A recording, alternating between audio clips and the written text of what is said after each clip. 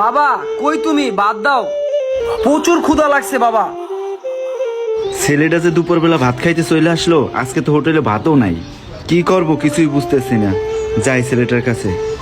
বাবা কি হইলো বাবা? খালি প্লেট লয়ে আইছো, ভাত কই? আমার তো প্রচুর ক্ষুধা লাগছে। বাবা তুমি তো জানো আমি এই রেস্টুরেন্টে কাজ করি। আজকে সব ভাত বিক্রি হয়ে গেছে, এখন আর ভাত নাই। কি কও বাবা, ভাত নাই মানে? আমার তো অনেক ক্ষুধা লাগছে। বাবা এইভাবে আর তোরে কতদিন খাওয়াবো? দুপুরবেলা এই জায়গা থেকে আমারে ভাত দেয়, ওই খাবার আমি তোরে খাওয়াই। এখন তো আমি আর কোনো কাজ কাম করতে পারি না, বয়স হয়ে গেছে। বাবা তুই কিছু কর একটা এখন। এইভাবে আর কতদিন তোরে মানুষের হোটেল থেকে খাবার দিমু? আর এইভাবে বেকার আর কতদিন ঘুরবি? এখন একটা কিছু কর, এখন কিছু একটা করার চেষ্টা কর। ঠিক আছে বাবা, আমি তো অনেক জায়গায় চাকরির জন্য অ্যাপ্লাই করে রাখছি, কোথাও চাকরি পাইতাছি না। আর বেকার থাকতে তো আমারও ভালো লাগতাছে না। তুমি তো জানোই বাবা, চাকরির জন্য ঘুরতাছি। ঠিক আছে বাবা, ভাত যেহেতু নাই, এক গ্লাস পানি লো, পানি খেয়ে যাই। ছেলেটা আজকে দুপুরে আসলো, বাদ দিতে পারলাম না, মনটাই আমার খারাপ হয়ে গেল। আর এই এক গ্লাস পানি খেয়া সারা দিনটা কিভাবে থাকবো? ঠিক আছে বাবা, তুমি কোনো টেনশন করো না, একটা না একটা ব্যবস্থা হইব ইনশাল্লাহ। থাকো বাবা, আসি। ছেলেটা না খাইয়ে চলে গেল। আজকে বাবার হোটেলে ভাত খাইতে পারলাম না, মনটাই খারাপ। পরিস্থিতি যখন খারাপ থাকে সব দিক দিয়েই খারাপ। দৌড় যা, জুতাটাও চলে গেল। সময় খারাপ থাকলে কপালটাও খারাপ থাকে।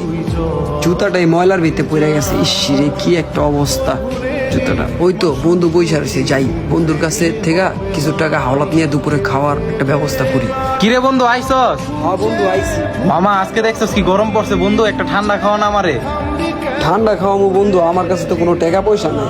দৌড়ো বেটা, টাকা পয়সা নাই? তুই কি পুরুষ মানুষ বেটা, পকেটে টাকা পয়সা নাই? কেরকম পুরুষ মানুষ হইলি তুই? পকেটে 20-30 টাকা থাকে না? একটা কোক খাওয়াইবি কইলাম, এটা খাওয়াইতে পারস না। এরকম পুরুষ বাঁচার থেকে না বাঁচাই ভালো, মইরা জায়গা।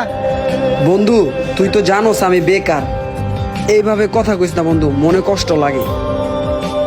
আসলে বন্ধু বাঁচতে ইচ্ছা করতেছে না, চাকরিও নাইকা, বেকারত্বতায় ভুগতাছি। বাপে কত কষ্ট করে পরিশ্রম করতেছে, বাপে এই বয়সে এসে চাকরি করতেছে, আর আমি বেকার ঘুরতাছি বন্ধু। তুই বুঝবি না বন্ধু আমার মনের কষ্টগুলা। চাইলাম একটা কোক খাইতে, কত জ্ঞান দিয়ে দিলি। তোর জ্ঞান শুনতে আমার ভালো লাগতেছে না, থাক বেটা। তুই আয়া আমার পুরো মুডটাই নষ্ট করে দিলি বেটা। থাক, যেদিন তোর পকেটে টাকা হইব ওই দিন আইস। না, এইভাবে আর কতদিন?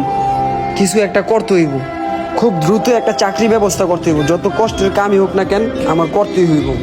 একটু পরে বৃষ্টি নামবো, জলদি করে মাল গেলা ডেলিভারি দিতে